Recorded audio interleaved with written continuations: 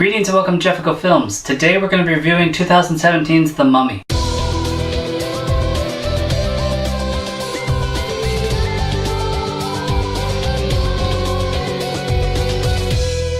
The Mummy is considered the starting point for the Dark Universe, where all the Universal monsters will coexist in the same cinematic universe. At one point, Dracula Untold was supposed to be a starting point, but critics didn't like it and it financially didn't do well, and although they're probably going to reboot that so they can have Dracula in this, I can't really picture anybody but Luke Evans doing it.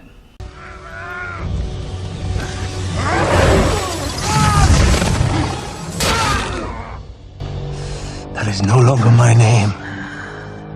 My name is Dracula, son of the devil. Using a $125 million budget, not counting marketing, is pretty smart thinking. Adding Tom Cruise and Russell Crowe for star powers, also pretty smart.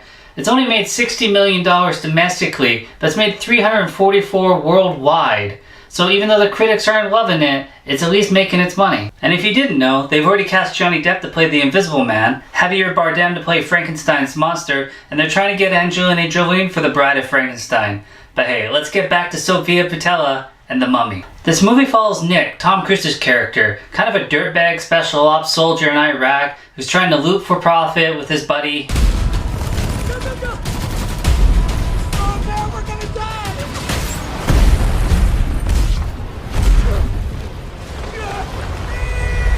Nick uncovers an ancient tomb after a really cool action sequence. Then we're introduced to Annabelle Walsh's character, who has a nice love-hate relationship with him after he stole the map that led them there. When Russell Crowe isn't giving us exposition, we get flashbacks through Nick, and we get introduced to Amanette, Sofia Boutella's character, and we learn all about her. This all leads to a really cool sequence in the plane where they actually go 0G, because Cruise is always looking for something crazy to do in his movies, whether it's climb the world's tallest building or hold on to a plane as it takes off 7 times.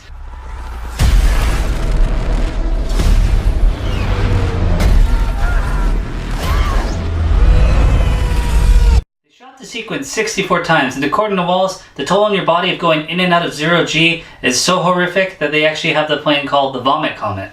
We learn about curses and Cruise's character and how somebody can survive a plane crash. Nick starts to hallucinate, he even has a ghost following him around, much like Jack in American Werewolf in London. Get the fuck out of here, Jack.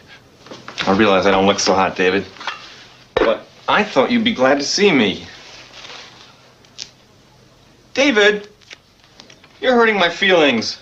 We get a lot of horror elements along with action, and these aren't one-note characters, which shows that a lot of thought went into this. Nick actually doesn't really evolve from being a look-out for himself kind of person to like near the end of the movie, which is kind of good because it's always fake when they pull that off really early.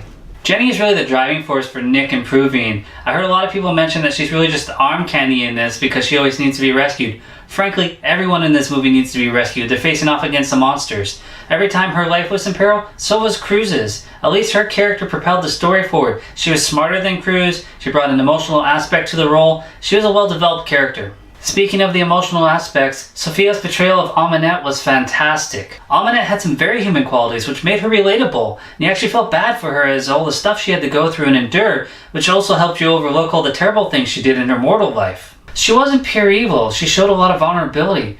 Or maybe I'm just too understanding of a person, I probably would have sided with her in the movie. At least she explained things to Nick, unlike the good guys, the Prodigium, led by Russell Crowe's character, Dr. Jekyll. It seems like the script couldn't decide whether she was a victim or a villain. In the end they chose villain, which was kind of disappointing.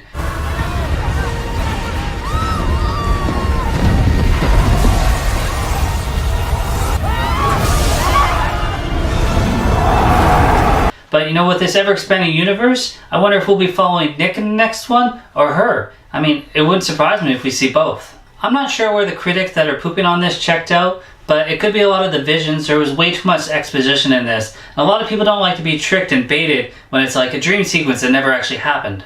Russell Crowe's character gets stuck with a lot of the explanational dialogue. His organization, the Prodigium, is trying to contain evil, which is very similar to the fight that he's going through personally, being Dr. Jekyll and having Mr. Hyde on the other side. The Prodigium is going to help take us to the place we thought they were all joking about, turning all the monsters into anti-heroes, so they've got their own little Marvel superhero group, but as the monsters, which I think is going to lessen them, because they're supposed to be the big bad, the scary, and you're supposed to root for the human characters, so now we're going to be rooting for things that we can't really relate to, unless it's Sofia Boutella, because she was very relatable in this. Very relatable.